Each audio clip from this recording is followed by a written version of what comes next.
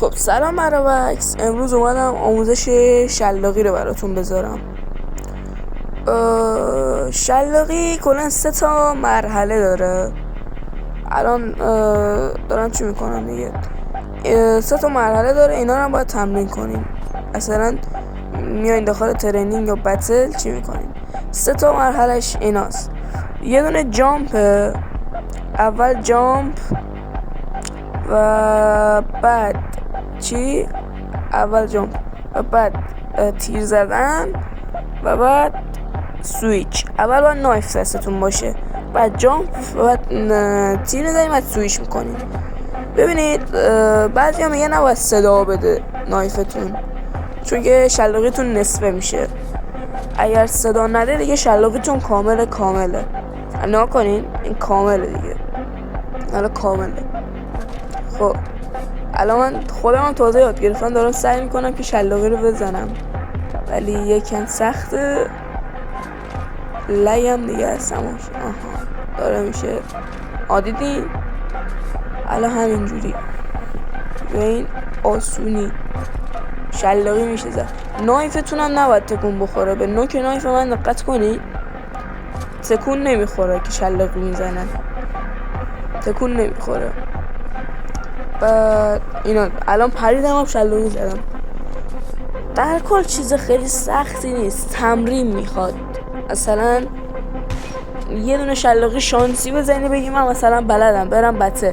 الان ببینم با لوکاس لژند هم میتونم براتون شلاقی بزنم یا نه. فکر نکنم با لوکاس لژند میتونم شلاقی بزنم، نمیدونم، سختم است، فکر نکنم. نمیشه آقا، نمیشه اما لوکاس لژند نمیتونم، عمرم بشه.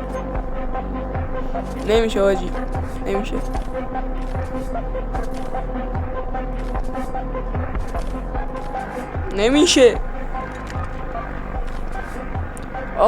این لوکاس به ما نیومده، ول کن ما رو. با لوکاس نمیشه. میخوام سعی کنم بزنم شلاقی ولی نمیشه. آقا ول کن، اعصاب داریم مگه؟ با 117 ببینم میتونم بزنم. فکر نکنم. با همون HS الان راحت ترم، همون HS رو میگیرم، خیلی ایزی تر میشود شلاقی زن. لهجه افغانی گرفتم، میشود.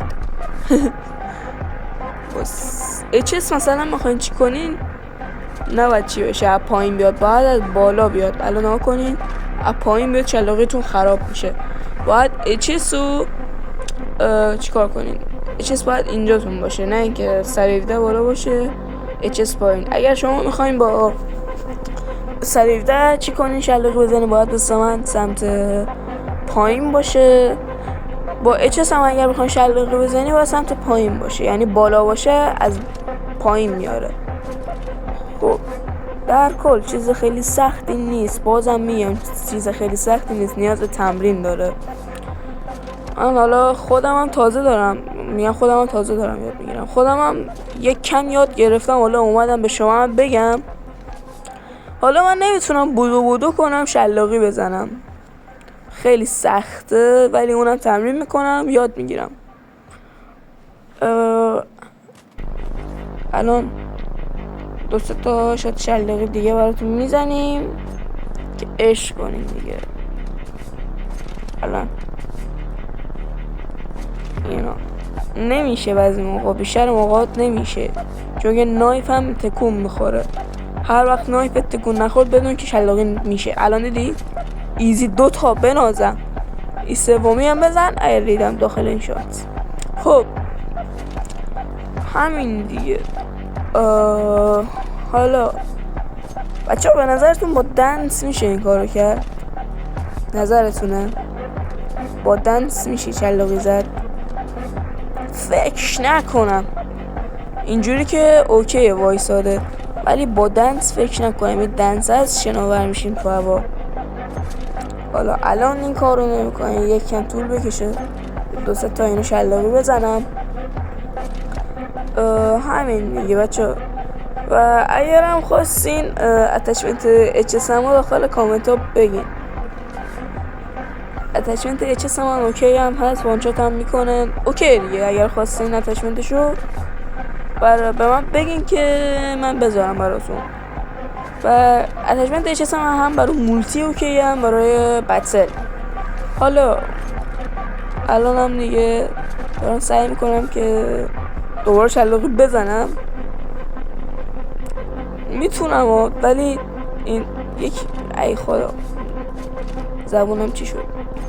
میتونم شلاقی بزنم ولی زیاد خیلی تسلط ندارم، مثلا هر چند تا شاتی بزنم شلاقی بشه.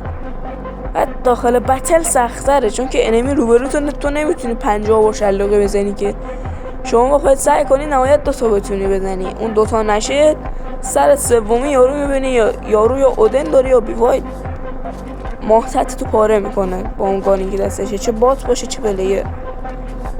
باید تمرین کنین، یاد بگیرین. حالا بعضی ما هم شانسی میشن، نمیدونم، بس یادگیری خودتون داره. بعد اینم نهایتش تا من که به نظرم تا 3 انگشت خیلی بهتر میشه. 3 انگشت نهایت 4 انگشت شلاقی رو زودتر یاد میگیرن. الان خودم 4 انگشتم که شلاقی رو داخل 3 ماه یا 2 ماه یاد گرفتم. من چون زیاد بازی نمی کنم کالافو، یعنی بازی میکنم که نمیدونم، همین دیگه. الان با دنس هم یعنی شلاقی ببینم میشه. الان شناوره دیگه، الان شناور پرام شد. نکن حاجی، شناور میشه دیگه، نیازی به جامپ نداره. وقتی که شناور نمیشه اصلا نمیشه. نکن این دنسا رو اگر دارین شناور میشه و چلاقی میشه. پرام شد برازم شد. این لحظه که این چی میشه جامپو میزنی دیگه اوکی دیگه، روال میشه. خب تا یه ویدیوی دیگه فعلا خدافظ برو بکس.